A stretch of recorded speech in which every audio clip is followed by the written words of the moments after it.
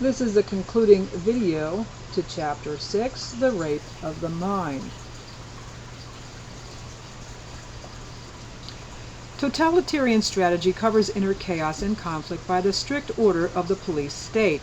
So does a compulsive schizophrenic patient by his inner routine and schedules. These routines and schedules are a defense against painful occurrences in external reality. This internal robotization may lead to denial of internal realities and internal needs as well. The citizen of totalitaria, repressing and rejecting his anger and his inner need for freedom, may even experience slavery as liberation. He may even go even one step further, yearn for an escape from life itself, a delusion that he would become omnipotent through utter destruction. The SS soldiers call this the magic action of the Blutkit, the tie of bloody crime binding them together and preparing them for Valhalla. With this magic unification, they could die with courage and equanimity. Anarchic despair and need for greatness alternated in them as they do in the psychotic patient. In the same way, the citizens of totalitaria search for a heroic place in history, even though the price be doom and annihilation. Many soldiers, tired of the rigidities of normal life, look back at violent moments of their war experiences despite the hunger and terror as the monumental culminating experiences of their lives. There in the Bruderbund of fighters, they felt happy for the first and only times in their lives. This all sounds like a bitter comedy, but the fantasy of schizophrenics has taught us how the mind can retreat into delusion and where there is a fear of daily existence. Under these circumstances, fantasy begins to prevail over reality and soon assumes a validity which reality never had. The totalitarian mind is like the schizophrenic mind. It has a contempt for reality. Think for a moment of Lysenko's theory and its denial of the influence of heredity. The totalitarian mind does not observe and verify its impressions of reality. It dictates to reality how it shall behave. It compels reality to conform to its fantasies. The comparison between totalitarianism and psychosis is not incidental. Delusional thinking inevitably creeps into every form of tyranny and despotism. Unconscious backward forces come into action. Evil powers from the archaic past return.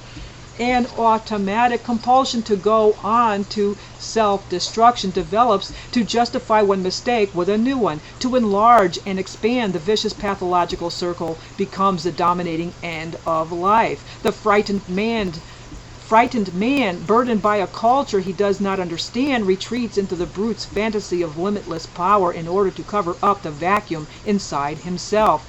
This fantasy starts with the leaders and is later taken over by the masses they oppress.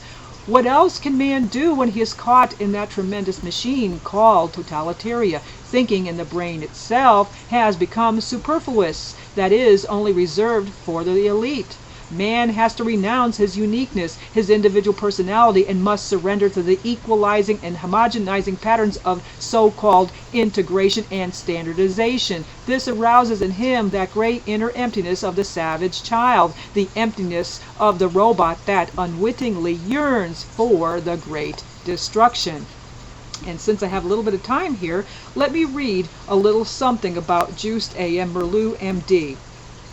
Joost A.M. Merleau, M.D. was born in 1903 at The Hague, Netherlands, where he received his early education. His M.D. was earned at Leiden University 1927 and his Ph.D. at the University of Utrecht 1932. Between 1928 and 1934, Dr. Merleau served as teacher and staff psychiatrist in several hospitals. In the later years, he entered private practice in psychotherapy and psychoanalysis at The Hague, serving also as psychiatric consultant to the Royal Court and to governmental agencies. Under the Nazi occupation of the Netherlands, Dr. Merleau was able to observe at first hand the methods of mental torture and forced interrogation described in this book. In 1942, he narrowly missed death at the hands of the German occupation forces in the Netherlands and escaped to England, where he served as a colonel, chief of the psychological department of the Netherlands Army.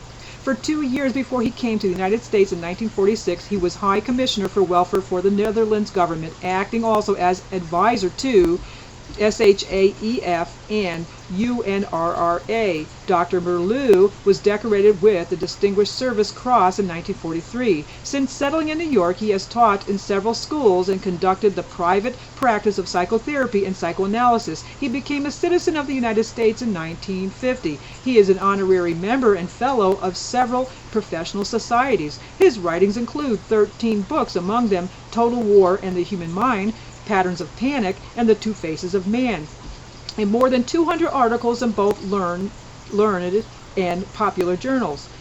He is also distinguished as an editor and is a well-known book reviewer. The Rape of the Mind, in his 14th book, draws upon the experiences and intimate knowledge of what extreme mental pressure can do to the human mind.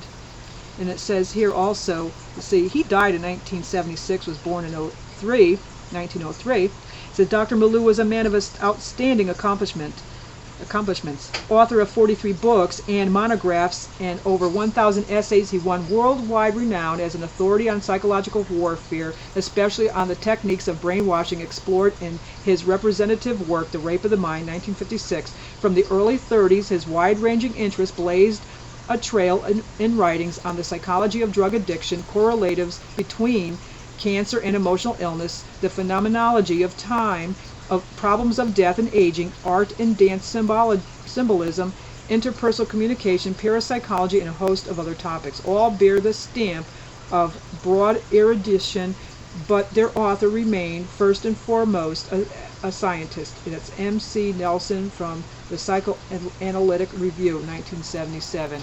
Anyway, I will see you in Chapter 7 in the next video. Remember, we are reading from The Rape of the Mind by Just A.M. Merleau, M.D. See you there.